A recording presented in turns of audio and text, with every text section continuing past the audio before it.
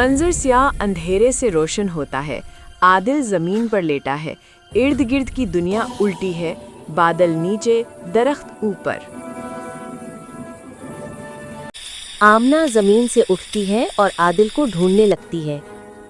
आदिल, हम वापस नहीं आए, ये वही जगह नहीं है। सब कुछ उल्टा क्यों है?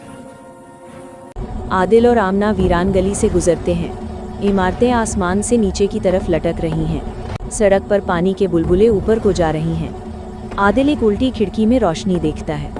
किसी ने लाइट जलाई है, शायद कोई जिंदा है या फिर कोई देख रहा है। दोनों एक पुरानी दीवार के सामने रुकते हैं। उस पर उनकी परछाइयां जाहिर होती हैं, मगर उल्टी। आमना की परछाई पहले हिलती है, फिर आदिल की परछाई आंखें खोलती है।